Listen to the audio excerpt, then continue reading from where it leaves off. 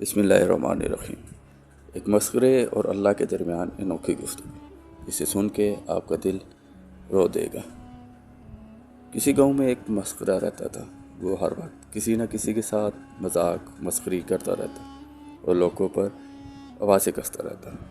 ایک دن وہ اپنے پیر و مرشد کی بارگاہ میں حاضر ہوا تو وہاں سے حج کے لیے مریدوں کا ایک قافلہ تیار ہو رہا تھا۔ مسخرہ پیر و مرشد سے عرض کرتا ہے، حضور، تمام درویش کہاں کی سفر کا ارادہ کر رہے ہیں؟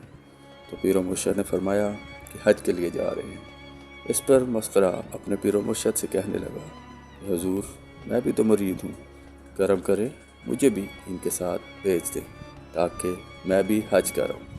اس پر پیر و مرشد نے فرمایا کہ تمہارے بارے میں تو سارے گاؤں کو پتہ ہے اور تم مذاق مستی کی عادت سے مجبور ہو، تم نے وہاں جا کر بھی یہی کرنا ہے، اس لیے تم رہنے دو۔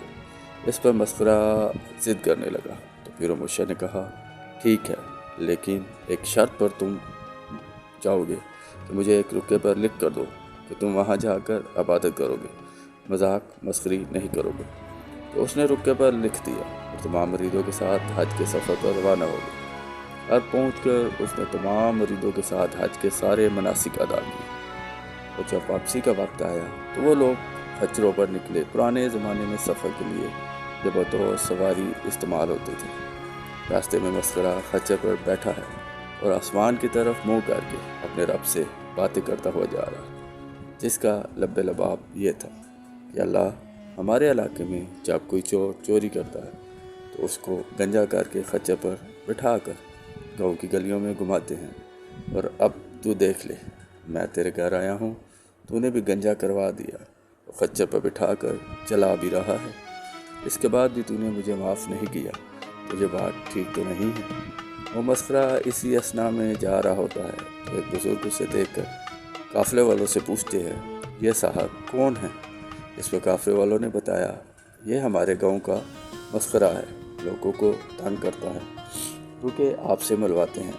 تو بزرگ فوراً سے بولے، نہیں، ایسا مت کرنا۔ قافلے والوں نے پوچھا، حضور کیوں؟ تو وہ بزرگ بولے، اس وقت وہ جس مقام پر ہے وہاں کائنات کا کوئی انسان نہیں ہے، وہ اپنے رب سے سوال کر رہا ہے اور اب اسے عطا کرتا جا رہا ہے۔ آپ جیسے بھی ہیں، ایک بات ہمیشہ یاد رکھیے گا، آپ نے کبھی بھی اپنے کسی عمل کو معمولی نہیں سمجھنا، کیونکہ نہ جانے کب کون سا عمل آپ کے رب کو اتنا پسند آ جائے کہ وہ آپ کو نوازنا شروع کر دے، اور آپ کی جو بھی زبان ہے، آپ اپنے انداز سے اپنی زبان میں اپنے رب سے باتیں کریں، دعائیں کریں، کیونکہ رب ہر زبان کو سمجھتا ہے۔ صلی اللہ علیہ وآلہ